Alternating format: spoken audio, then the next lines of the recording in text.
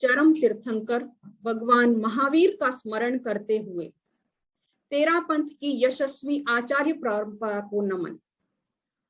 परम पावन आचार्य प्रवर के श्री चरणों में शत शत नमन। उदयपुर में विराजित साध्वी श्री सुदर्शना श्री जी एवं सहवर्ती साध्वी वृंदों के चरणों में नमन। धर्म प्रेमी परिषद, प्रतिक्रमण के जिज्ञासु भाई बहन सभी को सादर जय जिनेंद्र।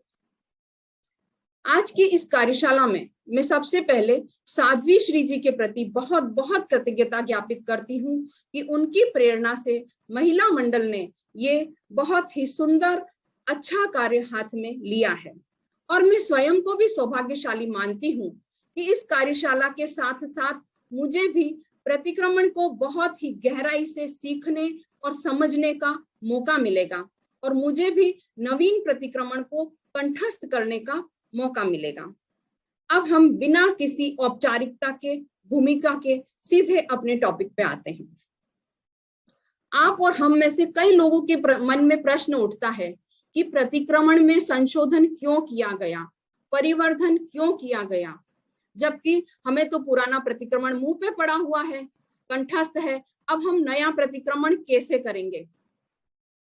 मैं आपको बता दूं और आप सभी जानते हैं कि सर्वप्रथम प्रतिक्रमण में संशोधन गणाधिपति पूज्य गुरुदेव तुलसी ने किया था। पहले हमारा प्रतिक्रमण जो था वो प्राकृत और संस्कृत भाषा में था। उसे व्यक्ति कंठस्थ तो कर लेता था लेकिन उसका अर्थ जो है वो उसकी समझ में नहीं आता था। भावार्थ बहुत कम लोगों को याद था और युवा पीढ़ी जो है वो उससे दूर होती चली जा रही थी।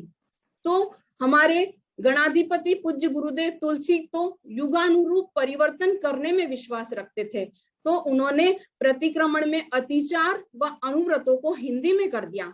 उसके बाद लोगों का उसके प्रति इंटरेस्ट बढ़ने लगा और कई भाई बहनों ने, युवाओं ने, बच्चों ने प्रतिक्रमण को कंठस्थ कर लिया। अभी परम पूज्य गुरुदेव ने फिर से इसमें संशोधन किया है, तो वो भी एक आज की मांग के अनुरूप ही संशोधन किया गया है। एक्चुअली क्या है कि पहले जो अनुव्रत और अतिचार थे वो थोड़े शॉर्ट में थे। अभी गुरुदेव ने उन सबको खोल खोल के समझाया है, पूरा खुलासा किया है। जैसे ज्ञान के अतिचार है, 14 अतिचार है, तो सारे ही अतिचार उसमें समा जाते हैं। इस तरह से गुरुदेव ने अपनी दिव्य दृष्टि से, दूरदर्शी से ये परिवर्तन किया है। अब हम एक गुरु की आराधना करते हैं और गुरुदेव ने जो किया है, परिवर्तन किया है, तो उसकी हमको अक्षरशः पालना करनी है।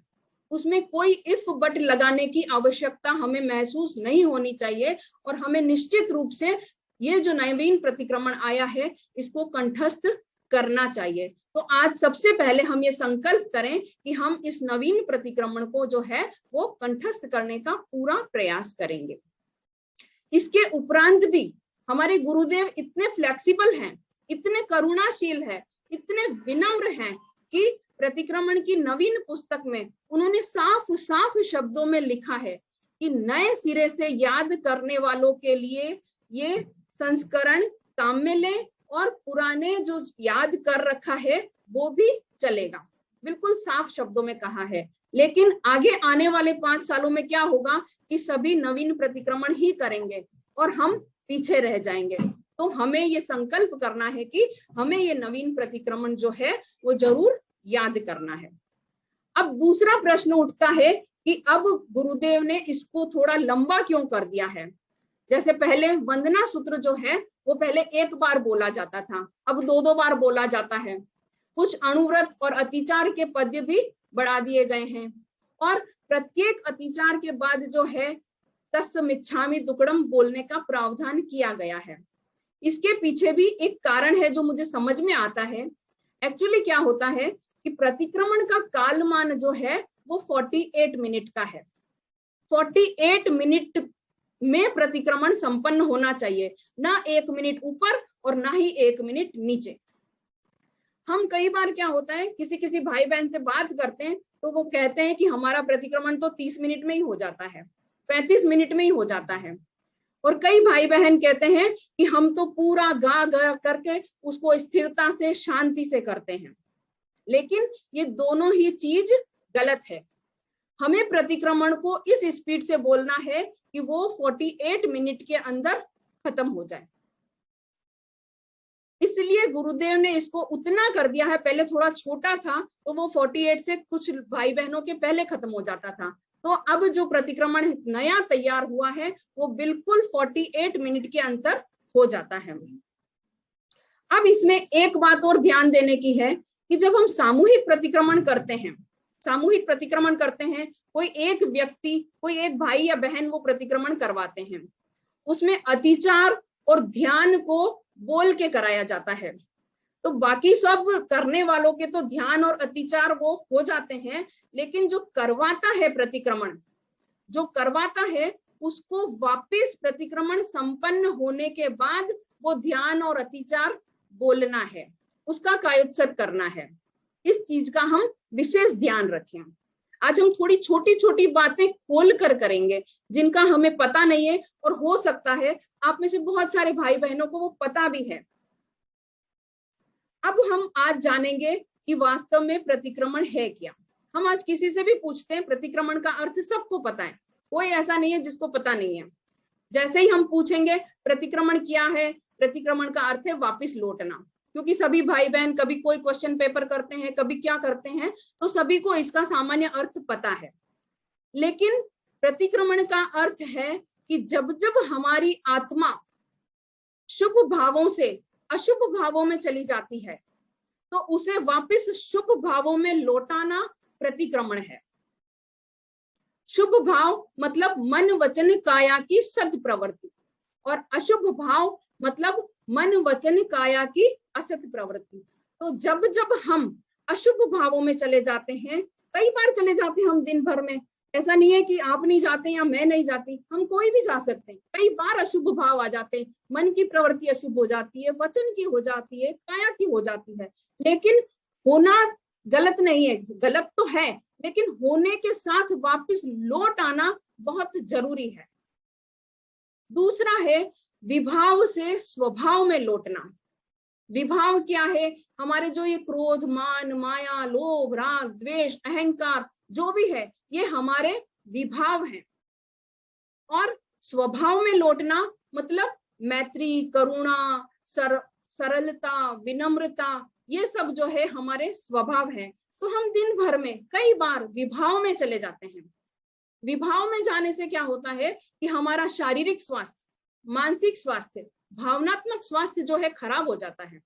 और फिर अगर वो स्थिति कुछ लंबे समय तक बनी रहती है तो हमारे अंदर कोई गलत ग्रंथि बन सकती है, कोई बीमारी पनप सकती है। तो उस विभाव से वापस स्वभाव में लौट आना, स्वभाव में लौटने से क्या होता है, हमारे ये तीनों ही स्वास्थ्य जो है वो अच्छे हो जाते हैं। और इन तीनों के स्वस्थ होते ही हमारा आत्मिक स्वास्थ्य जो सबसे ज्यादा जरूरी है, जैन दर्शन में जितना फोकस आत्मा को स्वच्छ बनाने पर किया गया है उतना किसी दर्शन में नहीं किया गया है।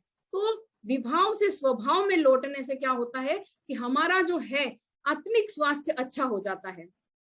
एक्चुअली इस विभाव ने हमारे अंदर इतनी गहरी जड़ें जमा ली है, विभाव ने इतनी गहरी जड़ें जमा ली है कि उसी को हम अपना स्वभाव मान बैठे हैं। तीसरा है कि जहां जहां हमने अतिक्रमण किया है, जहां जहां हमारे से अतिक्रमण हो गया है, जैसे हमने कोई त्याग प्रत्याख्यान किया कि हम आज 21 द्रव्य ही खाएंगे, और कभी भूलवश या जानकर भी कभी हमारी स्वास्थ्य की अनुकूलता नहीं रही, बीमार हो गए तो कोई दवाई लेनी पड़ी, हमारा 22वां द्रव्य हो गया, 23वां द्रव्य हो गया। तो जहां जहां हमारे त्याग प्रत्याख्यान में अतिक्रमण हुआ है तो उसका हमको प्रतिक्रमण करना है। वो चीज हमको वही शुद्ध कर लेनी है, वही हमारी आत्मा को शुद्ध बना लेना है। तो इस प्रकार से हमको विभाव से स्वभाव में लौटना, अशुभ योग से शुभ योग में लौटना और अतिक्रमण से प्रतिक्रमण करना, ये हमारे प्रतिक्रमण करने का मुख्य उद्देश्य है, यही हमारे प्रतिक्रमण का अर्थ है। अब प्रश्न उठता है कि प्रतिक्रमण कौन करे? जो 12 व्रती श्रावक है, जिन्होंने 12 व्रत ग्रहण किए हैं, वो श्रावक जो है प्रतिक्रमण करें। क्योंकि कई बार क्या होता है कि हम जो व्रत ग्रहण करते हैं उनमें छेद लग जाता है, भूलवश प्रमाद हो जाता है, तो उस प्रमाद से वापस अप्रमाद में आने के लिए हम प्रतिक्रमण करें। और 12 व्रती श्रावक के अलावा यदि हम कोई प्रतिक्रमण करते हैं तो वो स्वाध्याय के अंतर्गत आता है।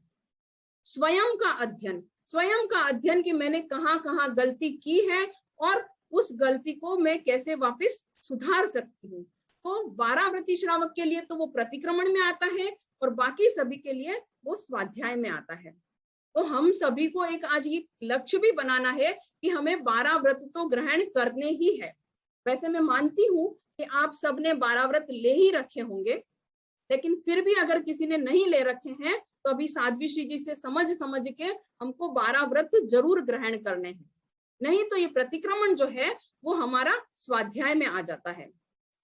फिर है कि हम प्रतिक्रमण क्यों करें। दोषों से विशुद्ध होने के लिए हम प्रतिक्रमण करें, स्वयं को हल्का बनाने के लिए हम प्रतिक्रमण करें। भगवान महावीर को जयंती श्राविका ने पूछा कि भगवान भंते जीव कैसे भारी बनता है और कैसे हल्का बनता है। तो भगवान ने फरमाया कि जीव अपने ही कर्मों से भारी बनता है और अपने ही कर्मों से हल्का बनता है। तो हमें अपनी आत्मा को कर्मों से हल्की बनानी है। तो हल्की बनाने के लिए हम अपने दोषों की विशुद्धि के लिए प्रतिक्रमण करें, और जब हमारी आत्मा हल्की हो जाएगी तो वह निश्चित रूप से ऊपर उठेगी और हमारी जो लक्षित मंजिल है उसको हम प्राप्त कर पाएंगे। इसलिए हम प्रतिक्रमण करें। हम प्रेम के विस्तार के लिए प्रतिक्रमण करें। प्रेम का विस्तार, हम प्रतिक्रमण में एक सूत्र बोलते हैं, खामे मी सव्व जीवे सव्वे जीवा खमंतु में मिट्टी में सव्व भूएसु वेरम मज्जन केणई। मतलब 84 लाख जीव योनियों से हम खमत खामना करते हैं, 84 लाख जीव योनि से खमत खामना करते हैं। तो क्या होता है कि 84 लाख जीव योनि के साथ हमारी मैत्री स्थापित हो जाती है, किसी के प्रति हमारे मन में द्वेष का भाव नहीं रहता है।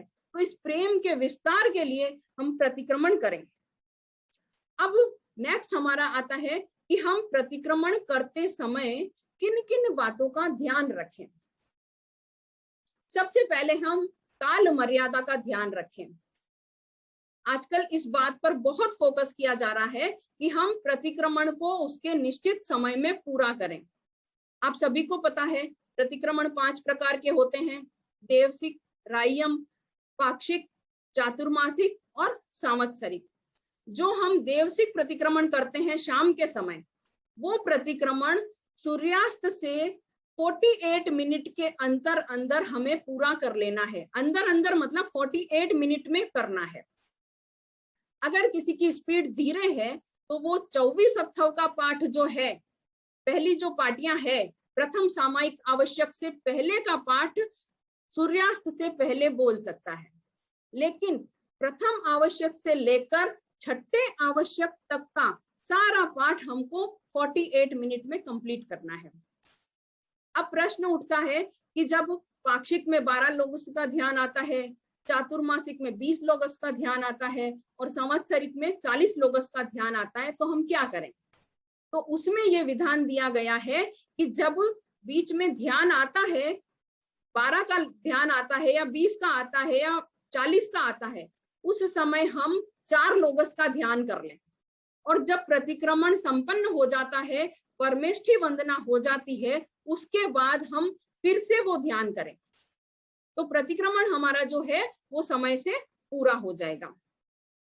दूसरी चीज है कि हम प्रतिक्रमण कोशिश करें, अगर हमारा स्वास्थ्य ठीक है, हमारा शरीर स्वस्थ है, तो हम प्रतिक्रमण जो है विधि सहित करें, उठ बैठकर करें। तीसरा है हम उपकरण सहित प्रतिक्रमण करें। प्रतिक्रमण करने बैठे हैं तो हमारे पास पूंजनी, आसन, मुंहपत्ती सारा व्यवस्थित होना चाहिए, क्योंकि एक श्रावक वही होता है जो व्यवस्थित होता है। अस्त व्यस्त जो होता है उसे हम सुश्रावक नहीं कह सकते। तो हम व्यवस्थित रूप से बैठकर जिस तरह से विधि है उस प्रकार से हम प्रतिक्रमण करने का प्रयास करें। और फिर एक बहुत ही इंपॉर्टेंट बात कि हम इसमें उच्चारण शुद्धि का ध्यान रखें।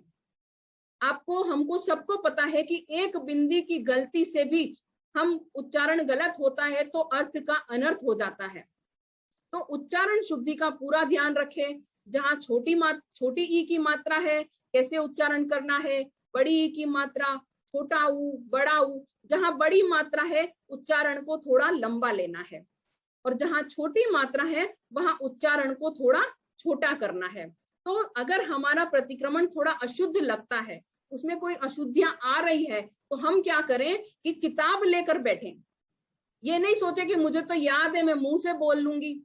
उस मुंह से बोलने से क्या होता है, वो हमारी अशुद्धियां ही रह जाती है। किताब लेकर बैठें, देख कर पढ़ें, मात्राओं का ध्यान दें, तो हमारा प्रतिक्रमण धीरे धीरे शुद्ध हो जाएगा। और जो भाई बहन आप में से कई नए भी सीख रहे होंगे, तो वो तो अब कोशिश करें कि पूरी तरह से शुद्ध प्रतिक्रमण ही सीखें। नेक्स्ट बात है कि प्रतिक्रमण करते समय हमारी स्थिरता व एकाग्रता बनी रहे। अगर स्थिरता व एकाग्रता नहीं है, हम मुंह से तो उच्चारण कर रहे हैं लेकिन हमारे मन के घोड़े जो है वो कहीं और भाग रहे हैं, तो वो हमारा द्रव्य प्रतिक्रमण होगा। सिर्फ मुंह से उच्चारण है, हमारा द्रव्य प्रतिक्रमण हुआ। और यदि जो कुछ हम बोल रहे हैं उसके साथ हमने भावों को जोड़ दिया, तस्मुच्छामि तुकड़म बोल रहे हैं, हमारे भाव उसमें आ रहे हैं, तो वो हमारा भाव प्रतिक्रमण होगा। और आप समझ सकते हैं कि द्रव्य प्रतिक्रमण से भाव प्रतिक्रमण की महिमा कितनी होगी। जैसे कई बार ऐसा होता है कि सामूहिक प्रतिक्रमण होता है, कराने वाले भाई बहन तस्मिच्छामि दुक्कड़म बोलते हैं, हम भी एकदम उठ के तस्मिच्छामि दुक्कड़म बोल देते हैं, वापिस लौट आते हैं, फिर वापिस हम तस्मिच्छामि दुक्कड़म बोल देते हैं। एकदम ध्यान आता है, अरे बोलना है। बोलना नहीं है, सिर्फ बोलना नहीं है, हमारे भीतर में, हमारे अंतर में, हमारे हृदय में वो भाव आने चाहिए कि हम वास्तव में मिच्छामि दुक्कड़म ले रहे हैं, हमारी भूलों को स्वीकार कर रहे हैं, और इस उद्देश्य से स्वीकार कर रहे हैं कि अब वापिस हम उस भूल में नहीं जाएंगे। तो स्थिरता, एकाग्रता बनी रहे प्रतिक्रमण में। तो हमने ये प्रतिक्रमण के बारे में थोड़ा सा जानकारी करी कि हमारे प्रतिक्रमण करने का उद्देश्य क्या है, उसकी जो जानकारी है वो मैंने आपको देने का प्रयास किया है। अब हमारी कार्यशाला का जो मुख्य उद्देश्य है, जो सीमा जी ने मुझे बताया है कि सभी को नवीन प्रतिक्रमण कंठस्थ कराना है शुद्ध उच्चारण के साथ। तो आप में से कई भाई बहन तो ऐसे हैं जिनको पहले से प्रतिक्रमण कंठस्थ है, और कुछ हो सकता है नए सिरे से कंठस्थ करने का प्रयास करेंगे। तो हमें क्या करना है कि दोनों ही का ध्यान रखना है, नए वालों को भी सिखाना है और पुराने जिनका कंठस्थ है। अब जिनका कंठस्थ है उनके साथ एक प्रॉब्लम आ सकती है कि वापस नया सीखने में थोड़ी दिक्कत आती है, लेकिन जिनको नया सीखना है वो ये नया वाला ही सीखेंगे, तो उनको किसी प्रकार की कोई परेशानी नहीं आएगी। अब सबसे पहले हम इसमें नमस्कार महामंत्र बोला जाता है। जब हम प्रतिक्रमण शुरू करते हैं तो सबसे पहले नमस्कार महामंत्र का उच्चारण किया जाता है। ये हमारी श्रद्धा का मंत्र है, और यदि इसी मंत्र को हम गलत उच्चारण करते हैं तो ये कितनी हमारे लिए, क्या कहना चाहिए, कितनी गलत बात होती है, अशोभनीय बात होती है कि जिस मंत्र में हमारी पूरी श्रद्धा है उसका हम गलत उच्चारण कर रहे हैं। मैं ये नहीं कहती कि आप में से कोई गलत उच्चारण करता है, लेकिन आप सब अपने खुद का टेस्ट स्वयं करें। किसी को कुछ कहने की जरूरत नहीं है, आप किताब लेके बैठें, अपना मुंह में जो आपका पड़ा हुआ है वो बोलें, और फिर टेस्ट करें कि हम गलत बोल रहे हैं या हम सही उच्चारण कर रहे हैं। तो हमारा सबसे पहला पद है नमो अर्हंताणम। अब इस पद्य में सबसे बड़ी बात यह है कि जैन धर्म के अन्य संप्रदायों में इसे बोला जाता है नमो अरिहंताणम, और हमारा जो मान्य है, हमारी परंपरा में जो मान्य है वो है नमो अर्हंताणम। ऐसा क्यों? इसके पीछे एक छोटी सी घटना है। एक बार आचार्य तुलसी जो है वो विराज रहे थे, और एक बंगाली विद्वान आया और उसने कहा, आचार्य श्री मेरे को एक बात समझ में नहीं आती है, आप कहते हैं कि हम अहिंसावादी हैं और आप हिंसा की बात करते हैं। आपका जो नमस्कार महामंत्र है उसका पहला पद ही हिंसा को सूचित करता है। आचार्य श्री एकदम आश्चर्य में पड़ गए कि आप ऐसा कैसे कह सकते हैं, हम तो पूर्ण अहिंसक हैं और आप कह रहे हैं कि नमस्कार महामंत्र में पहला पद ही हिंसावादी है। तो उसने बताया कि अरिहंताणम, अरि प्लस हंताणम, अरि का मतलब है शत्रु और हंताणम का मतलब है नाश करने वाला। तो जो शत्रुओं का नाश करता है उसमें कितनी नकारात्मक ऊर्जा है। कोई दूसरा तो ये नहीं जानता कि ये कौन से शत्रुओं का नाश करते हैं, लेकिन एक बार देखने में तो क्या लगता है कि जो शत्रुओं का नाश करता है उसको नमन किया गया है। तो आचार्य श्री को भी लगा कि वास्तव में इस बात में दम तो है। जब भी उसको आचार्य श्री ने समझाया कि जो राग द्वेष रूपी शत्रुओं को नाश करता है उसको हम नमस्कार करते हैं, जिसने अपने राग द्वेष रूपी सारे शत्रुओं का नाश कर लिया उसको हम नमस्कार करते हैं। तो उसने कहा कि सभी सामान्य आदमी तो ये नहीं जानते, उसमें यही होगा अरिहंताणम, मतलब जो शत्रुओं का नाश करता है उसको नमन किया गया है। आचार्य श्री को लग गया कि इसकी बात में दम है, हमारा प्रथम जो पद्य है वो थोड़ा नकारात्मक है। तो आचार्य श्री ने चिंतन किया, गहन चिंतन किया और फिर देखा कि इस अरिहंताणम के 3 पर्यायवाची शब्द हैं, अर्हंताणम, अरिहंताणम और अरुहंताणम। तब फिर वहां पर चेंज करके इसको अर्हंताणम कर दिया गया और आचार्य श्री ने चेंज किया तो पूरे संघ ने उसको स्वीकार कर लिया, क्योंकि तेरापंथ का एक विधान है, एक गुरु और एक विधान। जो चेंज हमारे गुरु ने कर दिया है उसको हमें सबको मानना है।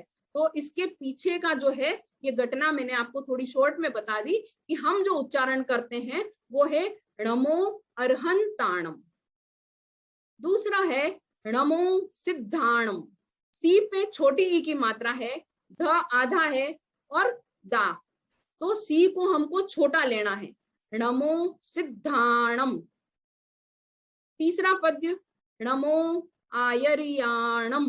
री पे छोटी ई की मात्रा है, तो हम ध्यान दे कि कहाँ मात्रा छोटी है, कहाँ हमको छोटा उच्चारण करना है, लंबा नहीं करना है। तो णमो आयरियाणम, णमो उवज्जायाणम। उवज्जायाणम में आधा ज है और फिर झंडे वाला ज है, तो हमें यहाँ पर थोड़ा प्रेशर देना है, उवज्जायाणम। णमो लोए सव्वसाहूणम। सव में आधा व है, तो व पे थोड़ा प्रेशर देना है। हु पे बड़े ऊ की मात्रा है, तो वहां हमको प्रेशर देना है, साहूणम।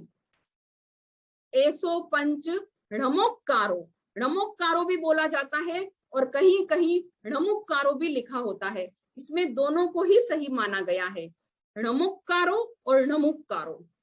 ऐसो पंच णमुक्कारो सव पाव पणा सणो।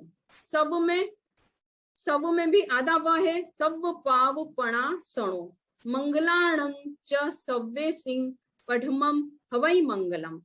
इसमें मेन गलती जो होती है वो अर्हंताणम में होती है, क्योंकि कई भाई बहन जो है वो अरिहंताणम बोलते हैं, जबकि हमारी मान्यता के अनुसार हमारी जो परंपरा में बदलाव हुआ है वो है अर्हंताणम। तो इस प्रकार से मैं आशा करती हूँ कि आप सभी इसका उच्चारण जो है वो शुद्ध रूप से करेंगे। और हमको अगर बिल्कुल सही उच्चारण देखना है तो हम हमारे परम पूज्य गुरुदेव के मुंह से नमस्कार महामंत्र सुने। वो एक एक मात्रा पर इतना ध्यान देते हैं, आपने देखा होगा वो व्याख्यान भी फरमाते हैं, तो जहां 2 मात्रा है 2 का उच्चारण होगा, आधा है जो है उसी तरह से उनका उच्चारण होगा। तो हम गुरुदेव का नमस्कार महामंत्र सुने और उसके अनुरूप हम उसमें हमारा संशोधन करने का प्रयास करें। अब दूसरा इसमें बोला जाता है वंदन पाठ में। वैसे कहना नहीं चाहिए, काफी लोगों का वंदन पाठ भी बहुत अशुद्ध होता है और उसके पीछे उनका कोई दोष नहीं होता है। एक्चुअली जब उन्होंने सीखा था तब ही वो गलत हो गया था। तो हम प्रयास करें कि हमारा वंदन पाठ भी शुद्ध हो जाए। वंदन पाठ में मैंने देखा है कि 70% लोगों का वंदन पाठ जो है वो गलत उच्चारण ही होता है। तो हम आज वंदन पाठ पे भी थोड़ा डिस्कस करेंगे। वंदन पाठ का पहला शब्द है टिक्कुतो। इसको हम उच्चारण करते हैं ज्यादातर भाई बहन टिक्कुतो, टिक्कुतो। जबकि इसमें क्या है, टी छोटी है, आधा क है और फिर ख है। हम ख को भूल जाते हैं। हम किताब में देखकर उसकी एक हमारे मन में, माइंड में इमेज बनाएं कि इस जगह ख लिखा हुआ है तो मुझे टिक्कुतो बोलना है। उस तो के ऊपर भी वापस हलंत है, तो टिक्कुतो। आयाहीणम। आप सभी प्रतिक्रमण की किताब साथ में लेके बैठे होंगे। ये तो पुरानी प्रतिक्रमण की पुस्तक में भी है सभी के पास? रेज हैंड करें। सभी प्रतिक्रमण की पुस्तक लेके बैठे हैं? उससे अच्छा रहेगा आप जब भी क्लास हो प्रतिक्रमण की पुस्तक जरूर लेके बैठे। आयाहीणम, पयाहीणम। अब इस जगह सब कुछ भाई बहन उच्चारण करते हैं पायाहीणम, क्योंकि वो आयाहीणम चलता है तो दूसरा पायाहीणम हो जाता है। पयाहीणम। करेमी। जब भी छोटी ई की मात्रा आती है, करे मी में छोटी ई की मात्रा आ रही है, तो उससे पहले जो शब्द अक्षर आता है उसको लंबा लिया जाता है। करेमी। मी के पहले रे आ रहा है तो हम रे को थोड़ा लंबा लेंगे। करेमी। वंदामी, नमनसामी, सक्कारेमी, सम्मानेमी। जहां भी मी आ रहा है पीछे, इसमें सभी में छोटी ई की मात्रा है, तो छोटी ई की मात्रा जहां भी होती है उसके पहले वाला अक्षर जो है वो हमको लंबा लेना है। सम्मानेमी। कल्याणम। अब इसमें सभी बोलते हैं कल्याणम, कल्याणम, मंगलम, देवयम, चेयम, पजुवासामी, मथेण वंदामी। एक बार मैं वापिस बोलती हूँ एक साथ। तिखुत्तो, आयाहीणम, पयाहीणम, करेमि, वंदामि, नमनसामि, सक्कारेमि, सम्मानेमि, कल्याणम, मंगलम, देवयम, चेयम, पजुवासामि, मथेण वंदामि। अब यहाँ जब पजुवासामि आता है उस जगह हम बोलते हैं पजुवा स्वामी। स्वामी नहीं है, पजुवासामि, मथेण वंदामि। इसका हम भावार्थ भी समझने की कोशिश करें कि हम इसी पाठ से हमारे गुरु को वंदन करते हैं, साधु साध्वियों को वंदन करते हैं, तो इसका हमें अर्थ भी आना चाहिए कि इसका वास्तव में अर्थ क्या है और इसकी सही विधि क्या है। तिक्कुत्तो, आयाहीणम, पयाहीणम, ये तीनों जो है शब्द मन में बोले जाते हैं। इसका मतलब होता है 3 बार प्रदक्षिणा करके, और ये प्रदक्षिणा जो है दाईं ओर से बाईं ओर चलती है, ऐसे दाईं ओर से बाईं ओर चलती। राइट हैंड से लेफ्ट हैंड को धक्का देना है, इस तरह से इधर जाना है। करेमी पे हमें नीचे वंदनासन में बैठना है। करेमी में नीचे वंदनासन में बैठना है। फिर माथा टिकाकर मस्तक को जमीन पर झुका लगाकर ललाट को वंदामि। फिर वापस खड़े हो, फिर वापस वंदनासन में बैठकर नमनसामि, सक्कारेमि, सम्मानेमि, कल्याणम, मंगलम, देवयम, चेयम, वासामि, मथेण वंदामि। मैं वैसे अपनी प्रतिक्रमण की जो पुस्तकें हैं, पुरानी पुस्तक में इन सभी का अर्थ भी दिया हुआ है पीछे शायद, और कहीं कहीं ऐसी पुस्तक है जिसमें अर्थ है, तो आप कोशिश करें कि आप अर्थ सहित इसको याद करें। और कई बार ऐसा होता है कि हम प्रदक्षिणा देते हैं तो जैसे कोई घास काट रहे हैं, फटाफट फटाफट फटाफट, हम गुरु के सम्मान में बोल रहे हैं, तो हम पूरे भावपूर्ण अच्छे भावों के साथ गुरु का सम्मान कर रहे हैं, उनको सुख साता पूछ रहे हैं, तो फिर हमें बिल्कुल धीरे धीरे इस तरह से हाथ ले जाके हमको वंदन करना है। और इसमें याद रखना है कि ऊपर जाते समय ललाट से ऊपर हाथ नहीं निकलना चाहिए, ललाट से ऊपर नहीं, बस ये यहाँ शांति केंद्र से होकर नाभि तक, नाभि से नीचे भी हाथ नहीं जाना चाहिए। इस तरह से भीतर में बहुत सम्मान के भाव के साथ गुरु को वंदन करना है, हमारे साधु साध्वी को वंदन करना है। जब तक ये भाव हमारे भीतर नहीं आएंगे तो ये सारी क्रियाएं जो है वो सारी द्रव्य क्रिया हो जाएगी, भाव क्रिया नहीं हो पाएगी। तो हमें ध्यान रखना है कि हम प्रतिक्रमण सीखे या कोई भी पार्टी बोले, कुछ भी करें, पूरे भाव के साथ बोले। और कभी कभी हम पुस्तक उठाकर प्रतिक्रमण का अर्थ भी पढ़ें कि वास्तव में इसका अर्थ क्या है, हम कर क्या रहे हैं। ये नहीं कि एक परिपाटी चली आ रही है कि मुझे तो रोज प्रतिक्रमण करना है, वो नहीं। हम जब भी करें पूरी स्थिरता से, एकाग्रता से, भाव पूर्ण करें।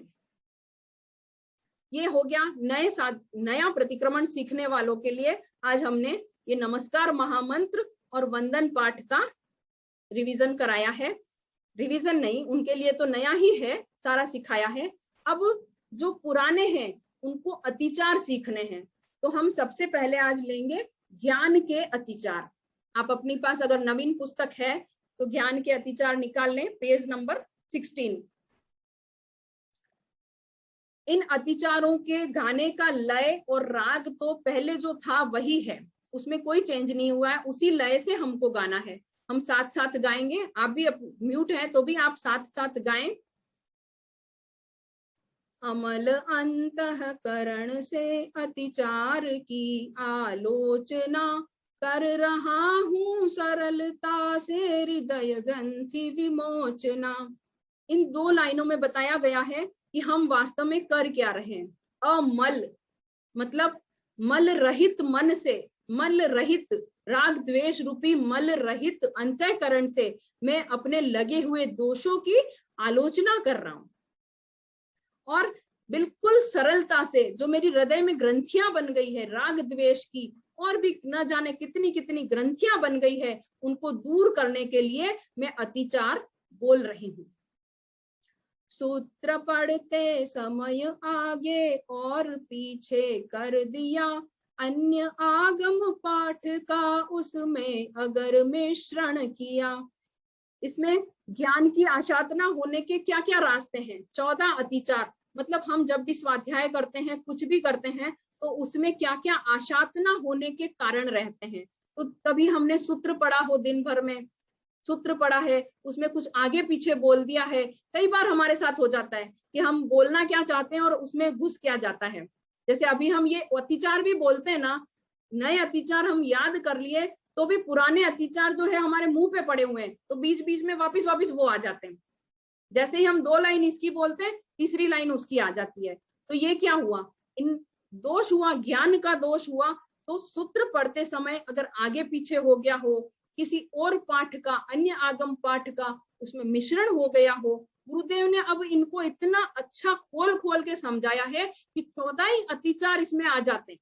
पहले जो था वो थोड़ा शॉर्ट में था, हम उसकी आशातना नहीं कर रहे हैं, लेकिन गुरुदेव की दृष्टि है कि मैं इन अतिचारों को व्यक्ति जो कर रहा है प्रतिक्रमण, उनको खोल खोल के पढ़ेगा तो उसे पता चलेगा कि क्या क्या दोष लगने की संभावना रहती है और क्या क्या दोष मेरे आज लगे हैं जिनको मैं शुद्ध करने का प्रयास करूं।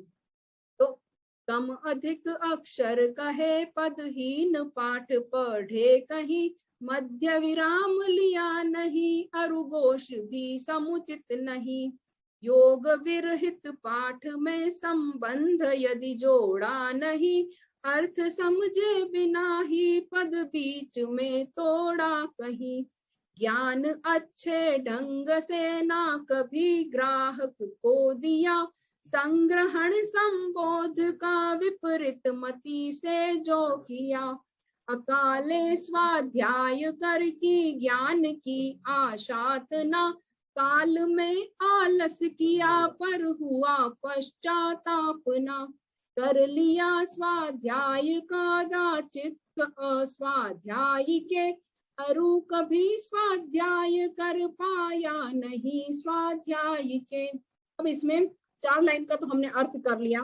कम अधिक अक्षर कहे, कभी कभी ये गलती भी हो जाती हमसे कि हमने कोई दोहा याद किया, सूत्र याद किया और उसमें कोई अक्षर हमसे कम बोला गया, अधिक बोला गया, पदहीन, कभी कभी पूरा पद ही छूट जाता है, ये भी हमारे आशातना होने के चांस रहते हैं।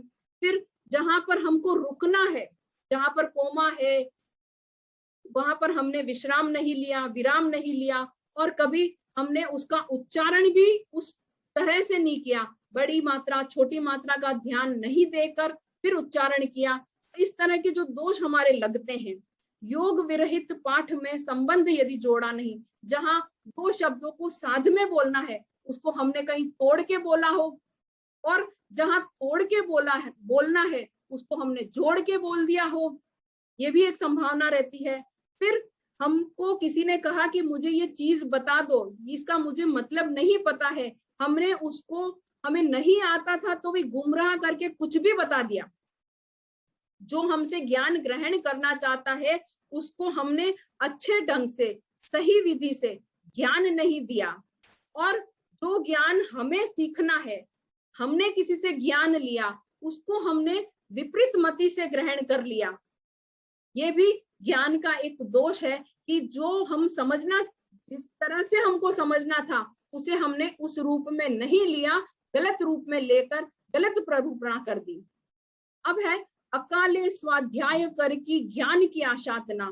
अब जो मैंने बताया प्रतिक्रमण 48 मिनट में ही पूरा होना चाहिए, कंप्लीट होना चाहिए, और हमने अगर उसका आगे पीछे उसका कुछ अतिक्रमण कर लिया तो वो हमारे ज्ञान की आशातना हो गई। अभी एक दिन गुरुदेव ने भी फरमाया था कि पूर्णिमा और एकम भेरी थी, साथ में थी, तो उस दिन साधु साध्वियों को बताया था कि कल आपको आगम का स्वाध्याय नहीं करना है क्योंकि तिथि भेरी है। तो अकाल में जो स्वाध्याय करके ज्ञान की आशातना कभी हमने करी है, या जब उस ज्ञान को ग्रहण करने का या स्वाध्याय करने का समय है उस समय हमने नहीं किया और फिर भी हमको पश्चाताप नहीं हुआ, इस तरह का कोई दोष हमको लगा हो। फिर कर लिया स्वाध्याय कादा चित्त अस्वाध्यायी के। कभी हम, ऐसा भी होता है कभी हम मैगजीन पढ़ रहे हैं, अखबार पढ़ रहे हैं और उसको हमने स्वाध्याय मान लिया हो कि ये तो स्वाध्याय का अंग है। कभी मैंने कई भाइयों को ऐसा सुना भी है कि समाई करते हैं और अखबार लेके बैठ जाते हैं, तो वो स्वाध्याय के अंतर्गत नहीं आता है।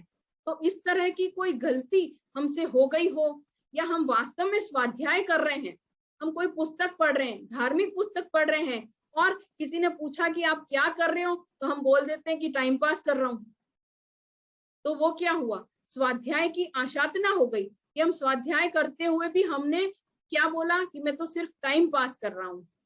और जब हम स्वाध्याय का पीरियड है और उसमें हमने अखबार पढ़ ली, मैगजीन पढ़ ली, कुछ और पढ़ लिया, तो वो स्वयं का अध्ययन नहीं है, वो स्वाध्याय नहीं है। इस प्रकार के जो भी दोष लगते हैं वो सब ज्ञान के अतिचार हैं। तो इन सब भूलों को समझ के, देखकर और फिर उसको शुद्ध करने के उद्देश्य से ये ज्ञान के अतिचार बोले जाते हैं।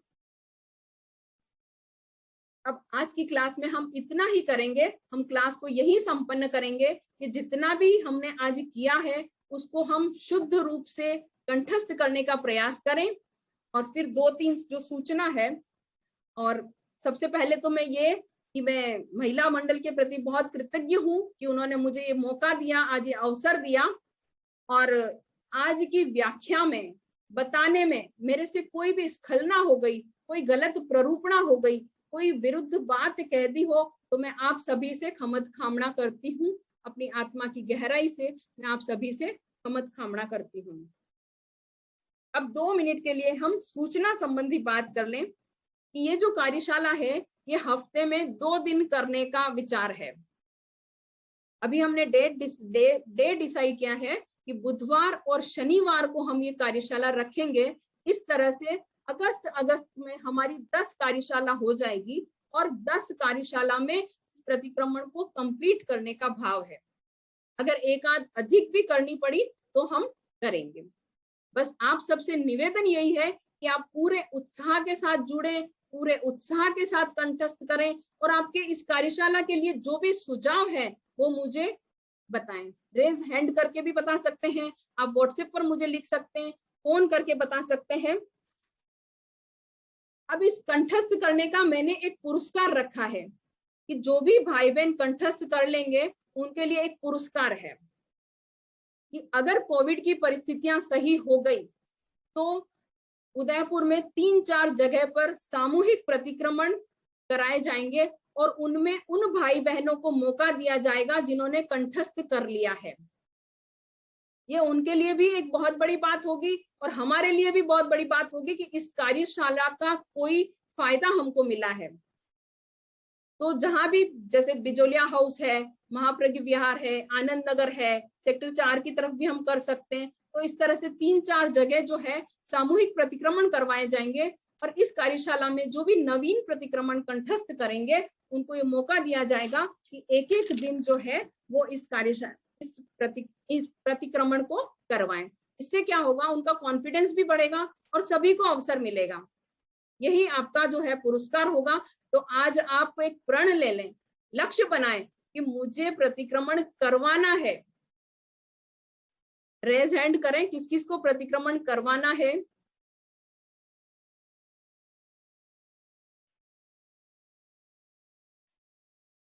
आपकी कोई जिज्ञासा हो तो वो आप मुझे पूछ सकते हैं और व्हाट्सएप पर कर सकते हैं, और जिसने भी कंठस्थ कर लिया है वो मुझे सुना भी सकते हैं। उसके लिए मैंने दिन में 4 से 5 का समय रखा है। जो भी अतिचार कंठस्थ कर ले, शुद्ध नमस्कार महामंत्र, शुद्ध वंदन पाठ कंठस्थ कर ले, तो वो मुझे दिन में 4 से 5 के बीच सुना भी सकते हैं। अब एक बार मैं महिला मंडल की अध्यक्षा को कहूंगी कि वो पधारे और कृतज्ञता ज्ञापित करें, आभार प्रकट करें सभी का।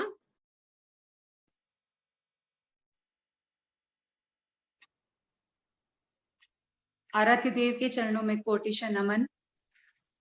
शांति दूत आचार्य श्री महाश्रमण जी के चरणों में कोटिशा नमन। अत्र विराजित साध्वी श्री सुदर्शना जी एवं सवर्तनी साध्वी श्री को मेरा कोटिशा वंदन। प्रतिक्रमण स्वाध्याय ग्रुप से जुड़े सभी सदस्यों को मेरा सादर जय जी। सर्वप्रथम तो मैं आप सभी का इस प्रतिक्रमण ग्रुप में हार्दिक स्वागत करती हूँ। साध्वी श्री जी की विशेष प्रेरणा है कि ज्यादा से ज्यादा भाई बहन आचार्य श्री महाश्रमण जी द्वारा संशोधित नवीन प्रतिक्रमण को सीखें। इसी दृष्टि से हमने ये ग्रुप बनाया है। इस ग्रुप में प्रशिक्षण देने के लिए श्रीमती संगीता जी पोरवाल ने हमें सहर्ष अपनी स्वीकृति प्रदान की।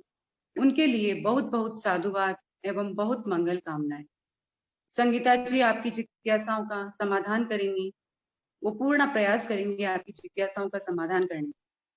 फिर भी अगर किसी की जिज्ञासा समाधान के लिए साध्वी श्री जी ने भी हमें दोपहर 2 से 3:30 बजे तक का समय दिया है। आपके कोई भी प्रश्न उत्तर या कोई भी समस्या हो प्रतिक्रमण संबंधी तो आप साध्वी श्री से मिल सकते हैं। उस समय पे उनके सामने अपनी समस्या समाधान रख सकते हैं। मैं आशा करती हूँ कि अधिक से अधिक भाई बहन श्रावक प्रतिक्रमण को कंठस्थ करने का लक्ष्य रखेंगे। जिस उत्साह से आपने प्रतिक्रमण सीखने का संकल्प लिया है वह अनवरत बना रहे। तेरापंथ महिला मंडल की ओर से इस ग्रुप के से जुड़े सभी सदस्यों को बहुत बहुत साधुवाद। आप जल्द से जल्द प्रतिक्रमण सीखकर उसे नित्य नियम में शामिल करें, ऐसी मेरी मंगल भावना और शुभकामना आप सभी के प्रति है। संगीता जी के प्रति बहुत बहुत कृतज्ञता एवं आभार कि उन्होंने हमारे लिए महिला मंडल को प्रतिक्रमण सिखाने के लिए अपना समय दिया। उसका मैं बहुत बहुत आभार, उनको बहुत बहुत आभार देती हूँ। इसी भावना के साथ आप सभी के लिए ओम अरहम। मेरे को आप सबके पास नवीन प्रतिक्रमण की पुस्तक है या नहीं, बाकी महाप्रज्ञ विहार में साध्वी श्री जी के पास उपलब्ध है। आप अपना मोबाइल नंबर और नाम वहां लिखाकर प्रतिक्रमण की पुस्तक ले आए तो ज्यादा अच्छा रहेगा, क्योंकि जब हम सीखते हैं तो साथ में पुस्तक होगी तो उसका हम अच्छा उपयोग कर पाएंगे। और अगली क्लास के लिए हम जो भी अतिचार होंगे उसका फोटो खींच के ग्रुप में भेज देंगे, क्योंकि पीडीएफ से निकालना, प्रिंट आउट निकालना भी मुश्किल रहेगा। तो जितना जितना कार्यशाला में करवाया जाएगा उसका फोटो खींच के हम व्हाट्सएप ग्रुप में भेज देंगे तो सबको सुविधा हो जाएगी। और जो ये नमस्कार महामंत्र ये है, ये हो आप लिख के अगर करेंगे तो भी आपकी जो अशुद्धियां है वो सुधर जाएगी। अब किसी का कोई जिज्ञासा है या कोई सुझाव है तो रेज हैंड करें, कोई सुझाव, नहीं तो फिर हम विघ्नहरण के पाठ से समापन करते हैं। कोई सुझाव है क्लास के लिए?